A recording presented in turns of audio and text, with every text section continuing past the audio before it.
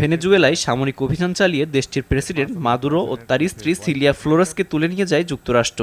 এরপর থেকেই লাতিন আমেরিকার দেশগুলোতে চলছে বিক্ষোভ। এছাড়া বিভিন্ন দেশের নেতারা এ নিয়ে কড়া সমালোচনা করেছেন।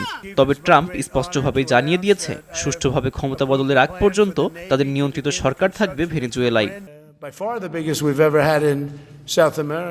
শুধু ভেনেজুয়েলায় নয়, কিউবা, মেক্সিকো ও কলম্বিয়ার প্রতি সতর্কবার্তা উচ্চারণ করেন ট্রাম্প। ভেনেজুয়েলার পর কলম্বিয়ার সামরিক অভিযান চালানোর কথা বলেন ট্রাম্প। বার্তা সংস্থা রয়টার্সের খবরে বলা হয়, এয়ারফোর্স ওয়ান ভ্রমণকালে ট্রাম্প সাংবাদিকদের বলেন, কলম্বিয়ার অবস্থা খুব খারাপ। একজন অসুস্থ মানুষ এই দেশের প্রশাসন চালাচ্ছে। তিনি কোকেন তৈরি করে যুক্তরাষ্ট্রে বিক্রি করতে পছন্দ করেন। তিনি আর বেশি দিন এই কাজ করতে পারবেন না। মূলত দেশটির প্রেসিডেন্ট গুস্তাভো পেত্রোকে উল্লেখ করেই এসব কথা বলেন তিনি। তবে ট্রাম্পের এমন বক্তব্যে প্রতিক্রিয়া জানিয়েছে কলম্বিয়া। কলম্বিয়ার প্রেসিডেন্ট গুস্তাভো পেত্রো সোমবার সামাজিক যোগাযোগ মাধ্যম এক্সে দেওয়া এক বার্তায় জানায়, তিনি অস্ত্র ছুঁয়ে না দেখার শপথ নিয়েছিলেন, কিন্তু মাতৃভূমির প্রয়োজনে আবারও অস্ত্র হাতে তুলে নেওয়ার জন্য প্রস্তুত তিনি।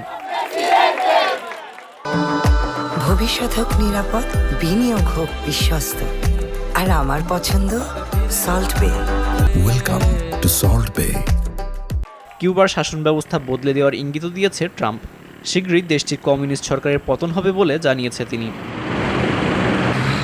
এদিকে ভেনেজুয়েলায় যুক্তরাষ্ট্রের হামলায় ৩২ জন নিহত হয়েছে বলে জানিয়েছে কিউবা। এই ঘটনায় কিউবার প্রেসিডেন্ট মিগেল দিয়াস কানেল ৫ ও ৬ জানুয়ারি জাতীয় শোক ঘোষণা করেন। লাতিন আমেরিকা ও ক্যারিবীয় অঞ্চলে যুক্তরাষ্ট্রের সাম্প্রতিক আগ্রাসী পদক্ষেপকে অস্তিত্বের হুমকি আখ্যা দিয়ে যৌথ প্রতিরোধ গড়ে তোলার আহ্বান জানিয়েছে দেশটি।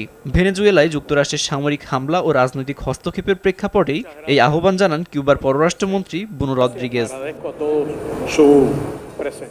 এছাড়া মেক্সিকোতেও এমন অভিযান চালানোর কথা বলছেন ট্রাম্প।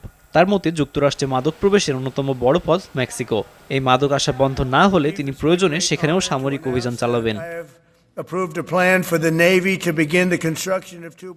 এছাড়া জাতীয় নিরাপত্তা ইস্যুর কথা বলে আবারও ডেনমার্কের অঞ্চল গ্রিনল্যান্ড নিয়ন্ত্রণ নেওয়ার আগ্রহ প্রকাশ করেছে ট্রাম্প।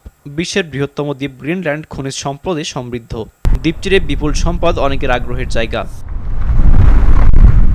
ট্রাম্পের এমন বক্তব্য ও মার্কিন প্রশাসনের এমন আচরণে উদ্বেগ প্রকাশ করেছে ডেনমার্ক সহ ইউরোপীয় দেশগুলো। এছাড়া ট্রাম্পের এমন বক্তব্যের কড়া সমালোচনা করেছে গ্রিনল্যান্ডের প্রধানমন্ত্রী জেন্স ফ্রেডরিক নিলসেন।